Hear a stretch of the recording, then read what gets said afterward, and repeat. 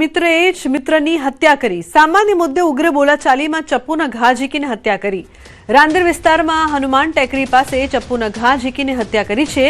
ઘટનાને લઈને રાંદેર પોલીસ ઘટના સ્થળે પહોંચી છે તો પોલીસે યુવકના મૃતદેહને પીએમ અર્થે મોકલીને કાર્યવાહી હાથ ધરી છે। પોલીસે હત્યારા મિત્રની અટકાયત કરીને વધુ કાર્યવાહી હાથ ધરી છે।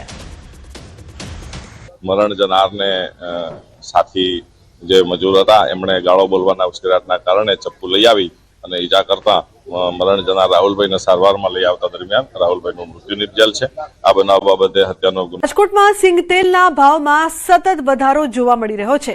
દિવાળીથી અત્યાર સુધીમાં સિંગતેલમાં 15 કિલો ભાવમાં 250 થી 300 રૂપિયા સુધીનો વધારો થયો છે। છેલ્લા 2 દિવસમાં 15 કિલો ભાવમાં 30 થી 40 રૂપિયાનો વધારો થયો છે। હાલ સારી ક્વોલિટીની મગફળીનો ભાવ ઊંચો હોવાથી સિંગતેલના ભાવ વધ્યા હોવાનું વેપારીનું કહેવું છે। જૂની મગફળીના સિંગતેલના 15 કિલોનો ભાવ 2500 થી 2550 રૂપિયા સુધી પહોંચ્યો છે, જ્યારે નવી મગફળીના સ્ટાન્ડર્ડ સિંગતેલનો ભાવ 2650 થી 2730 રૂપિયા સુધી પહોંચ્યો છે।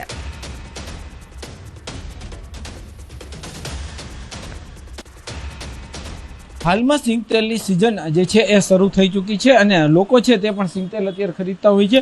જોકે સાથે સાથે સિંગતેલના ભાવમાં પણ ક્યાંક વધારો જોવા મળી રહ્યો છે। આપણી સાથે જથ્થાબંધ સિંગતેલના વેપારી છે, શું કહેશો અત્યારે સિંગતેલમાં કેટલો વધારો છેલ્લા 2 દિવસ? સિંગતેલની અંદર ફરીથી છેલ્લા 2-3 દિવસની અંદર 30 થી 40 રૂપિયા જેવો ભાવ વધારો આવેલો છે અને ભાવ વધારો થવાનું આપણે કારણ જોવા જઈએ તો અત્યારે નવી મગફળી જે આવી રહી છે એ એકદમ ખરાબ ક્વોલિટીની આવી રહી છે અને સારી ક્વોલિટીની મગફળીના ભાવ ખૂબ જ ઊંચા છે। આ ઉપરાંત સરકારની પણ મગફળીની ખૂબ આક્રમક લેવાલી છે, એના ભાવ જ ખૂબ જ ઊંચા જોવા મળી રહ્યા છે। એને કારણે અત્યારે સારી ક્વોલિટીની મગફળીની મળતર એકદમ ઓછી છે અથવા તો ખૂબ ઊંચા ભાવની અંદર મિલર્સને મગફળી લેવી પડી રહી છે। એને કારણે અત્યારે સિંગતેલના ભાવ ફરીથી થોડા વધી રહ્યા છે। આગામી દિવસોમાં ભાવ વધે એવી શક્યતા આપને લાગે છે? હા, ચોક્કસ સિંગતેલની અંદર અત્યારે સારા માલની મળતર બહુ ઓછી છે। અત્યારે મોટાભાગની બ્રાન્ડેડ ખાદ્ય તેલની મિલો નવી મગફળીનું અને અભિન્ન હોય એવી નવી સિંગતેલનું જ તેલ ભરવાનો આગ્રહ રાખી રહી છે અને એ મગફળીનો ભાવ ખૂબ ઊંચો હોવાને કારણે અત્યારે મગફળીના ભાવ પણ ખૂબ ઊંચા છે। આ ઉપરાંત આ ભાવમાં પણ મગફળી મળતી નથી, એટલે આગામી અંદર ચોક્કસ પ્રમાણે હજી સિંગતેલની અંદર 40 થી 50 રૂપિયા જેવો ભાવ વધારો આવે એવી શક્યતાઓ દેખાઈ રહી છે। ચોક્કસથી જે રીતના હજુ આગામી દિવસોમાં પણ જે છે એ સિંગતેલના ભાવમાં વધારો થઈ શકે તેમ છે, કેમ કે હાલમાં જે મગફળી છે તે યોગ્ય ક્વોલિટીની ન આવતી હોવાનું પણ જે છે એ સિંગતેલના જથ્થાબંધના વેપારી કહી રહ્યા છે। દિવાળીથી અત્યાર સુધીમાં 300 રૂપિયાથી પણ વધુનો ભાવ વધારો સિંગતેલમાં થઈ ચૂક્યો છે, ત્યારે આગામી દિવસોમાં પણ 40 થી 50 રૂપિયાનો ભાવ વધારો થાય તેવી પણ શક્યતા જોવામાં આવી રહી છે। હાર્દિક જોશી, ન્યૂઝ 18 ગુજરાતી, રાજકોટ। અરવલ્લીની ભિલોડા ગ્રામ પંચાયત દ્વારા કાર્યવાહી કરવામાં આવી છે। મિલકત વેરો નહીં ભરનારા સામે લાલ આંખ વેરો ન ભરનારની દુકાનો સીલ કરાઈ છે। એક દુકાન માલિક દ્વારા સરકારી સીલ તોડ્યું નાખ્યું છે। સરકારી સીલ તોડનાર દુકાનદાર સામે ફરિયાદ કરવામાં આવી છે। લાખોનો વેરો બાકી રાખતા બિલ્ડરો અને વેપારીઓમાં ફફડાટ જોવા મળી રહ્યો છે।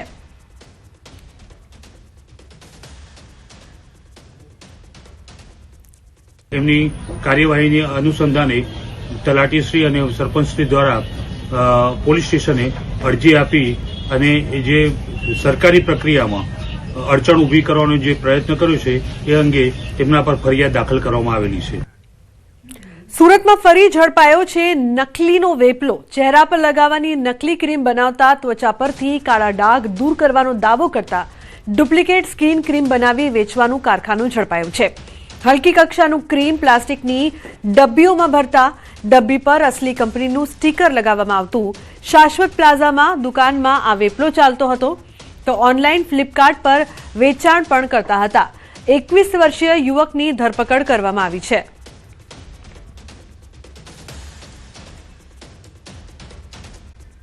વિભાગની કાર્યવાહી। શિયાળુ વાનગીઓમાં ગુણવત્તાની કરાઈ ચકાસણી। ચીકીના વેચાણની દુકાનો પર આરોગ્ય વિભાગની તપાસ। શહેરના પારેવડી સહિતના વિસ્તારોમાં કરવામાં આવી તપાસ। અખાદ્ય ચીકી વેચનારાઓ સામે કાર્યવાહી કરવામાં આવશે। શિયાળામાં લોકો ચીકીની ખરીદી મોટા પ્રમાણમાં કરતા હોય છે, જેને લઈને તપાસ હાથ ધરાઈ।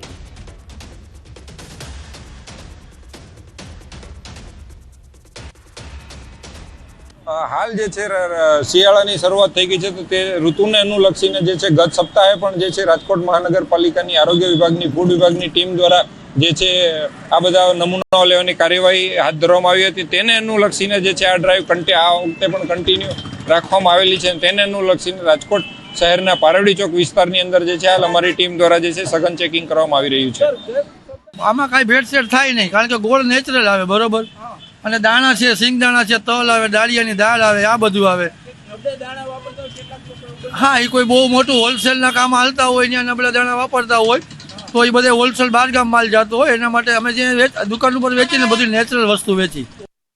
શિયાળાની શરૂઆત થઈ ચૂકી છે ત્યારે લોકો છે તે જે છે એ ચીક્કી સહિતની અલગ અલગ વસ્તુઓ જે છે આ ઋતુમાં આરોગતા હોય છે. અત્યારે દ્રશ્યોમાં પણ જોઈ શકો છો કે વિવિધ ચીક્કી છે તે લોકો આરોગતા હોય છે. ત્યારે કેટલાક શખ્સો છે તે જે છે એ ચીક્કી જે છે તે એમાં પણ કંઈક અખાદ્ય ખોરાક ભેળસેળ કરતા હોય છે અને એમના કારણે લોકોના સ્વાસ્થ્ય છે તે પણ બગડતા હોય છે. અત્યારે જે રીતના દ્રશ્યોમાં પણ જોઈ શકો છો કે રાજકોટ શહેરના પારવડી ચોક વિસ્તાર છે ત્યાં અનેક જે છે એ ચીક્કીની દુકાનો પણ આવેલી છે. અત્યારે જે છે આરોગ્ય વિભાગ દ્વારા જે અહીંયા તપાસ ચેકિંગ કરવામાં આવી રહ્યું છે. જે રીતના અહીંયા લોકો છે તે જે ચીક્કીની ખરીદી કરી જે બનતી હોય છે ત્યાં તપાસ હાથ ધરવામાં આવી રહી છે. ચાસણી સહિતની અલગ અલગ વસ્તુ હોય છે તેમની તપાસ હાથ ધરવામાં આવી રહી છે. આરોગ્ય વિભાગની ટીમ અહીંયા પહોંચી છે. આપણે અહીંયા એમની સાથે પણ વાત કરવાનો પ્રયાસ કરીશું. ખાસ કરીને સાહેબ, શું કહેશો, અત્યારે તપાસ હાથ ધરવામાં આવી રહી છે અહીંયા આપણા દ્વારા શું શિયાળાની ઋતુ તેમજ મકર સંક્રાંતિના તહેવાર નિમિત્તે રાજકોટ મહાનગરપાલિકા દ્વારા છેલ્લા 15 દિવસથી ચીક્કીના ઉત્પાદક સ્થળોનું ચેકિંગ ચાલી રહ્યું છે. આજ રોજ પારવડી ચોકમાં આવેલ લાઈવ ચીક્કીના ઉત્પાદકોને તો ચેકિંગ ચાલી રહ્યું છે.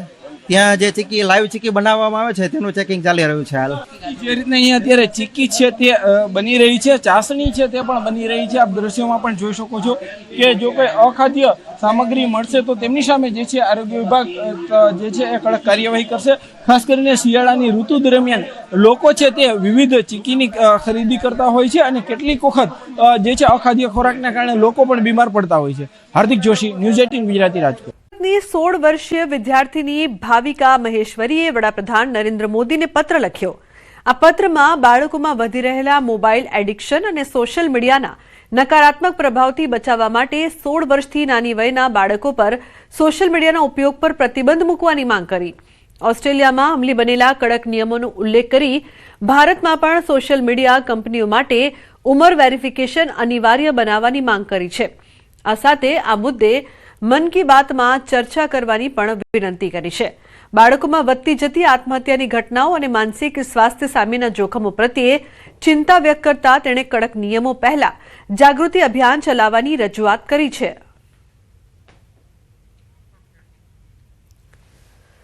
बच्चे ऑलमोस्ट 9-10 घंटे मोबाइल फ़ोन को स्क्रॉल कर लेते हैं और उन्हें पता ही नहीं चलता है. दूसरी चीज़ ये कि कहीं ना कहीं हम इसको कम अवेयरनेस के द्वारा कर सकते हैं. जैसे बहुत सारी कैंपेन्स है, वो इतनी फेमस इसलिए होती है, बेटी बचाओ बेटी पढ़ाओ, स्वच्छ भारत अभियान, कि उनको है ना वोकलाइज करा, जितना हो सके उसको अवेयरनेस कराई. तो इसी तरह से अगर मोदी जी इस बात को मन की बात के अंदर अगर बोल सके कि कैसे हम मोबाइल को एक बैलेंस्ड वे के अंदर यूज़ करें और मोबाइल एडिक्शन के बारे में अगर वो थोड़ा सा भी बोल सके तो वो बहुत बड़ी बात होगी, क्योंकि मन की बात एक बहुत बड़ा प्लेटफॉर्म है और बहुत सारे लोग उसको सुनते हैं. तो इट्स जस्ट कि ये 2 रिक्वेस्ट मेरी छोटी सी थी. ગીર સોમનાથના કોડીનાર તાલુકામાં સિંચાઈ વિભાગ દ્વારા હાથ ધરવામાં આવેલી કેનાલ સફાઈ કામગીરી હાલ ચર્ચાનો વિષય બની છે. કારણ કે કેનાલ સફાઈ કામગીરીમાં ખેડૂતોએ ભ્રષ્ટાચારના આરોપો લગાવ્યા છે. શિંગોડા ડેમમાંથી નીકળતી કેનાલની સફાઈ માટે 15 લાખ રૂપિયાનું ટેન્ડર મંજૂર કરવામાં આવ્યું છે. આ કેનાલ મારફતે તાલુકાના 16 ગામોની અંદાજે 1200 હેક્ટર ખેતીલાયક જમીનને પિયત માટેનું પાણી પૂરું પાડવામાં આવે છે. ખેડૂતોનો આક્ષેપ છે કે સિંચાઈ વિભાગ દ્વારા કેનાલ સફાઈની કામગીરી Har Bhole building and construction agency દ્વારા કરવામાં આવી રહી છે. તેમાં મોટા પાયે ભ્રષ્ટાચાર કરવામાં આવ્યો છે. તેમજ આ એજન્સી માત્ર નામ પૂરતી જ છે, ફક્ત ઉપરથી સફાઈ કરવામાં આવી હોવાનું ખેડૂતો જણાવી રહ્યા છે.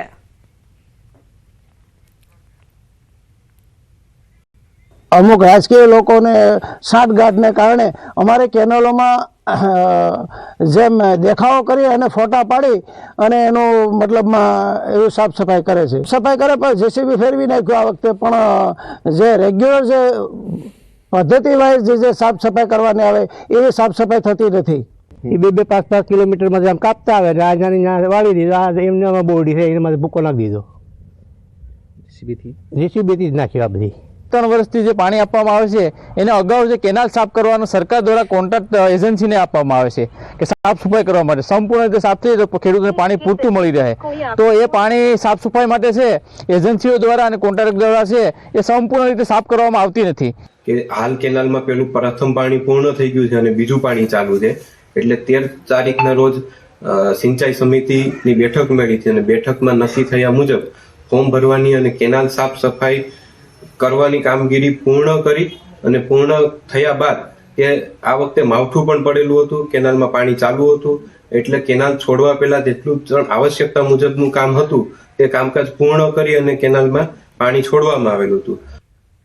ડાંગના ચીખલીના ખેડૂત કિશોરભાઈ ચૌધરીએ સૂર્યમંડળ આધારિત ખેતીનો સફળ પ્રયોગ કરી ઓછી જમીનમાં વધુ આવક મેળવી છે. આ પદ્ધતિમાં સૂર્યમંડળના આકાર મુજબ ગોળાકાર વલયો બનાવી કેન્દ્રમાં કેળાનું ઝાડ અને અન્ય વલયોમાં વિવિધ પ્રકારની શાકભાજી ઉગાડવામાં આવે છે. ડાંગના ખેડૂતો માટે આ પદ્ધતિ આશીર્વાદરૂપ બની છે. માત્ર 30 દિવસમાં માત્ર 2 વખત પાણી આપી ઓછી જમીન ધરાવતા ખેડૂતો પણ ખૂબ સારી ઉપજ મેળવી શકે છે. હાલ અન્ય જિલ્લાના ખેડૂતો પણ કિશોરભાઈના ખેતરની મુલાકાત લઈ આ નવીનતમ ખેતીની તાલીમ મેળવી રહ્યા છે.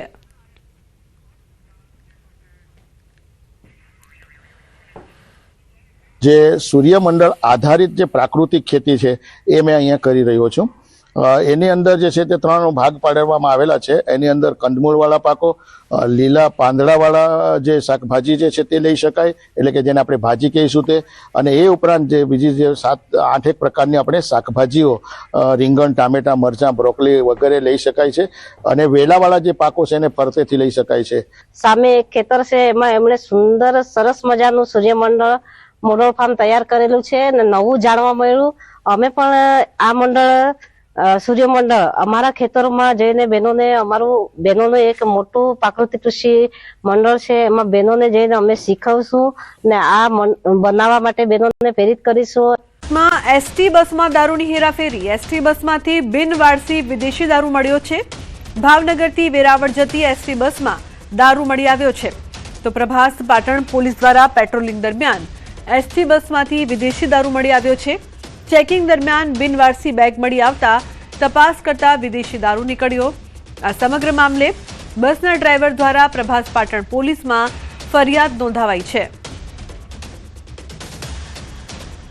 અમદાવાદમાં સ્કૂલોમાં ધમકી ભર્યા ઈમેલનો મામલો. સાયબર ક્રાઇમે ફરિયાદ દાખલ કરીને તપાસ શરૂ કરી છે.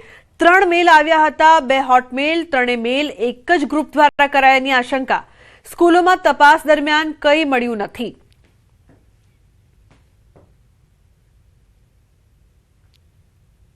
લોકલ પોલીસ દ્વારા બધા સ્કૂલોમાં અને જે જગ્યાએ મેલ મળેલા છે એમની તપાસ કરવામાં આવી તો આવા કોઈ બોમ્બ ત્યાં મળી આવેલા નથી. એટલે પ્રથમ તો આપના માધ્યમથી એ કહેવા માંગુ છું કે લોકોને કોઈ ગભરાવાની જરૂર નથી.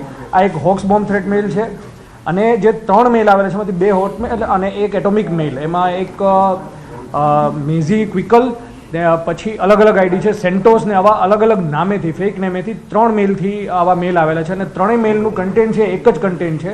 એટલે અમદાવાદ સાયબર ક્રાઇમે આ બધા મેલ જે 3 અલગ અલગ ઈમેલથી મેલ આવેલા છે બોમ્બના થ્રેટના એમની એક કોન્સોલિડેટેડ એફઆઈઆર ગઈકાલે રાતે અમદાવાદ સાયબર ક્રાઇમ ખાતે દાખલ કરી અને આગળની તપાસ ચાલુ કરી.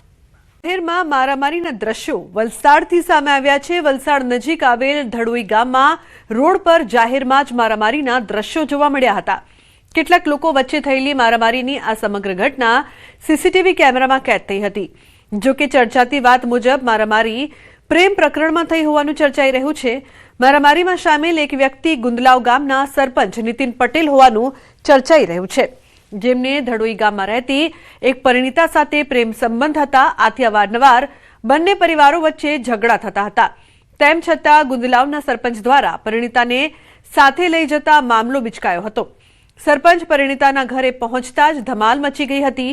દાદાગીરી કરવા ગયેલા સરપંચને પરિણીતાના પતિ અને પરિવારજનો દ્વારા ઢોરમાર મારવામાં આવ્યો. આ સમગ્ર ઘટના સીસીટીવી કેમેરામાં કેદ થઈ હતી. મામલો ગરમાતા વલસાડ રૂરલ પોલીસ પણ સ્થળ પર પહોંચી હતી અને આ મામલે જરૂરી તપાસ હાથ ધરી હતી. અન્ય સમાચારની વાત કરીએ તો વલ્લભીપુર બરવાડા રોડ પર હિટ એન્ડ રનની ઘટના સામે આવી છે. કલ્યાણપુર ચોકડી નજીક હિટ એન્ડ રનના સીસીટીવી અકસ્માતમાં એક પિકઅપ ચાલકે ચાલીને જઈ રહેલા યુવાનને અડફેટે લેતા તેને ગંભીર ઈજાઓ થઈ હતી. ઘટના બાદ જાગૃત નાગરિકો દ્વારા ઈજાગ્રસ્ત યુવાનને તાત્કાલિક વલ્લભીપુર આરોગ્ય કેન્દ્ર ખસેડવામાં આવ્યો હતો. તેની હાલત ગંભીર જણાતા તેને વધુ સારવાર માટે ભાવનગરની હોસ્પિટલ રિફર કરાયો હતો. પગપાળા ચાલીને જતા હતા વલ્લભીપુર, ત્યાં પૂર ઝડપે પિકઅપ ગાડી દ્વારા જોરદાર અકસ્માત સર્જાતા આશાસ્પદ યુવાનનું મૃત્યુ થયું છે.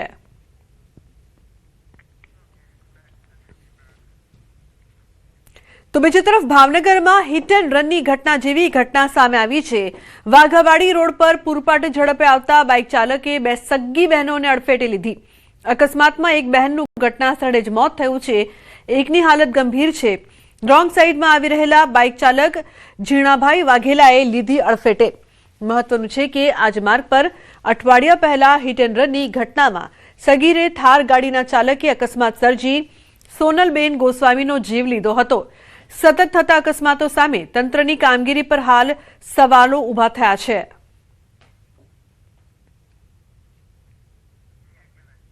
અકસ્માતમાં એક બહેનનું ઘટના સ્થળે જ મોત નીપજ્યું છે, એક ઘાયલ છે. પરિવારમાં હાલ શોકનો માહોલ. રોંગ સાઈડમાં આવી રહેલા બાઇક ચાલકે બંને બહેનોને અડફેટે લીધી હતી. પાજીના પાડલિયા ગામે હુમલાની ઘટનાનો મામલો સામે આવ્યો છે. પાડલિયા ઘટના આજે છઠ્ઠો દિવસ આદિવાસી સમાજના આગેવાનો દાંતા ખાતે એકત્રિત થયા છે. તો પાડલિયા ગામે આસપાસના આદિવાસી ગામડાના સમાજની બેઠક મળી હુમલાની ઘટનાના નિરાકરણ અને આગામી સમયમાં આવી ઘટના ન બને તેને લઈને ચર્ચા થઈ. 500ના ટોળા પર થયેલી ફરિયાદ રદ કરવાની માંગ. નિરાકરણ નહીં આવે તો આગામી સમયમાં જિલ્લા કલેક્ટર અને વિધાનસભાને ઘેરાવો કરવાની ચીમકી ઉચ્ચારી છે.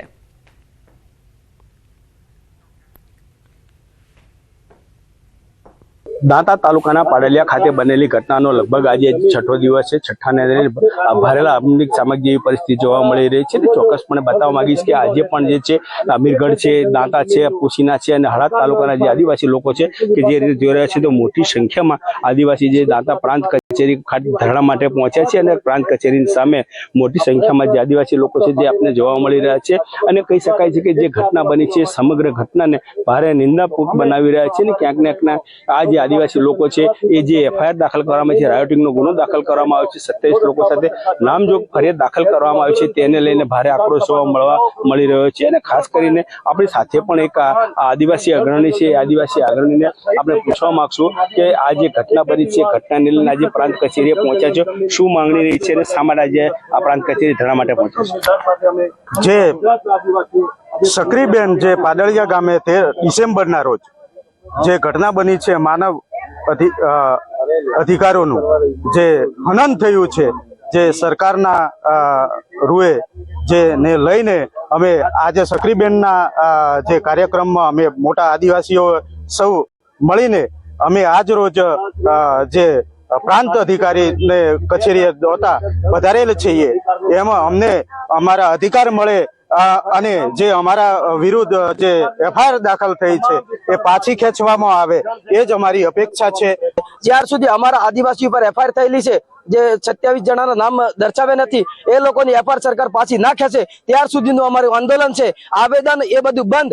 હવે અમે ધરણા કરવાના છીએ. જ્યાર સુધી અમારા લોકોને ન્યાય ના મળે ત્યાર સુધી અમે અહીંથી મામલતદાર કચેરીથી ઉભા થવાના નથી. ચોક્કસપણે જે રીતે આ આદિવાસી અગ્રણીઓ જણાવી રહ્યા છે કે જે 500 લોકો સામે ફરિયાદ કરવામાં આવી છે, 27 જણા સાથે નામજોગ ફરિયાદ કરવામાં આવી છે, એ જ્યાર સુધી ફરિયાદ પરત નહીં ખેંચવામાં આવે ત્યાં સુધી આ ધરણા છોડવાના નથી. અને સક્રીબેન જે છે કે જે ભોગ બન્યા છે તેમને પરત જે છે જે એમના ઘર મકાનો તોડ્યા છે, કુવા ધરવ્યા છે, એ પરત જે છે તે કરી આપવાની પણ માંગ કરાઈ રહી છે. મહેન્દ્ર અગ્રવાલ, ન્યૂઝ 18 ગુજરાતી, દાંતા. આવનાર સમયની અંદર આદિવાસીઓને અને જ્યાં પણ અન્યાય થાય છે ત્યાં ન્યાય નહીં મળે તો કોંગ્રેસ પાર્ટી એમને ન્યાય અપાવવા માટે કાયમી લડી છે અને આવનાર સમયની અંદર પણ લડશે. અને આના માટે પણ જ્યાં સેન્ટ્રલ ગવર્મેન્ટમાંથી કરીને વહીવટી તંત્રમાં જ્યાં દંડ દોરવાનું હોય ત્યાં દોરીને અમે એમની સાથે છીએ. અમારા જે આદિવાસીઓ પર જે એ લોકોએ 27 જણા ઉપર એફઆઈઆર કરી છે એ ખોટી એફઆઈઆર છે. એ એફઆઈઆર પાછી ખેંચે અને આદિવાસીઓને જે લાગ્યું છે એમને દવાખાને લઈ જાય ને એમની એફઆઈઆર દાખલ કરે એવી અપેક્ષા રાખીને એમની માંગણી છે. અમારી સૌની માંગણી એ જ માંગણી સાથે આગળ વધીએ છીએ ને ભવિષ્યમાં પણ આદિવાસીઓ સાથે આવું કદી અન્યાય ના કરે એના માટે આજે બેઠા છીએ. માં સઘન પોલીસ બંદોબસ્ત વચ્ચે ગેરકાયદેસર દરગાહ પર ફેરવાયું છે બુલડોઝર. પેથાપુર રાંધેજા રોડ પર નડતર રૂપ ગેરકાયદેસર દરગાહ પર બુલડોઝર ફેરવાયું છે. મહાનગરપાલિકા દ્વારા અગાઉ નોટિસ આપવામાં આવી હતી. જમીનના આધાર પુરાવાઓ રજૂ કરવા નોટિસ અપાઈ હતી, તો સમય મર્યાદામાં જવાબ ન મળતા આ કાર્યવાહી કરાઈ છે. મહાનગરપાલિકાના દબાણ શાખાએ આ કાર્યવાહી કરી છે. તો મનપા દ્વારા અગાઉ નોટિસ આપવામાં આવી હતી. સમય મર્યાદામાં જવાબ ન મળતા આ કાર્યવાહી કરવામાં આવી છે. મહાનગરપાલિકાના દબાણ શાખાએ આ કાર્યવાહી કરી છે. ગીતા જોડાય છે ફોન લાઈન પર વધુ માહિતી આપવા માટે. ગીતા, શું વધુ વિગત આ સમગ્ર મામલે? જી, પેથાપુર રાંદેજા રોડ ઉપર રોડની બાજુમાં જ એક નડતર રૂપ ગેરકાયદેસર દરગાહ હતી, એના પર બુલડોઝર ફેરવાયું છે. જોકે મહાનગરપાલિકા દ્વારા અગાઉ આ દરગાહને નોટિસ આપવામાં આવી હતી જવાબ આપવા માટે કે તમે જમીનના આધાર અને પુરાવો રજૂ કરો, પરંતુ તેઓ રજૂ કરી શક્યા નહોતા સમય મર્યાદા દરમિયાન. એટલે આજે વહેલી સવારે જ મહાનગરપાલિકાની જે દબાણ શાખા છે તેમણે દરગાહ તોડી પાડી છે અને ડિમોલેશન દરમિયાન કોઈ પણ પ્રકારની સ્થિતિ વણશે નહીં, માટે સઘન પોલીસ બંદોબસ્ત પણ ગોઠવવામાં આવ્યો હતો. જી બિલકુલ, આભાર સમગ્ર માહિતી બદલ. તો પોલીસ બંદોબસ્ત પણ ગોઠવવામાં આવ્યો હતો. ગેરકાયદેસર દરગાહ પર બુલડોઝર ફેરવાયું છે. મોરબીના લાતી પ્લોટ વિસ્તારમાં ડિમોલેશન મનપા દ્વારા ડિમોલેશન કાર્યવાહી કરવામાં આવી છે. શેરી નંબર 4માં 9 ને બદલે 5 મીટર જ પહોળાઈ રહી હોવાથી દબાણો હટાવવાનું શરૂ કરવામાં આવ્યું છે. લાતી પ્લોટ શેરી નંબર 7 અને 8માં પણ ડિમોલેશન કરાશે. કોર્પોરેશન દ્વારા 30 જેટલી નોટિસ અપાઈ હતી. ત્યારબાદ આજે ડિમોલેશન શરૂ કરવામાં આવ્યું છે. અંદાજે 50 દબાણકારોને નોટિસ પણ આપવામાં આવી છે.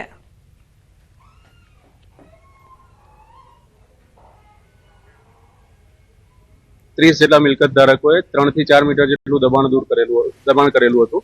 એને દૂર કરવા માટે કોર્પોરેશન દ્વારા 1 મહિના અગાઉ નોટિસ આપેલી હતી, પણ આ મિલકત ધારકો દ્વારા દબાણ દૂર કરેલ ન હોવાથી આજે કોર્પોરેશનની ટીમ દ્વારા પોલીસ બંદોબસ્ત સાથે દબાણ દૂર કરવાની કાર્યવાહી ચાલી રહી છે.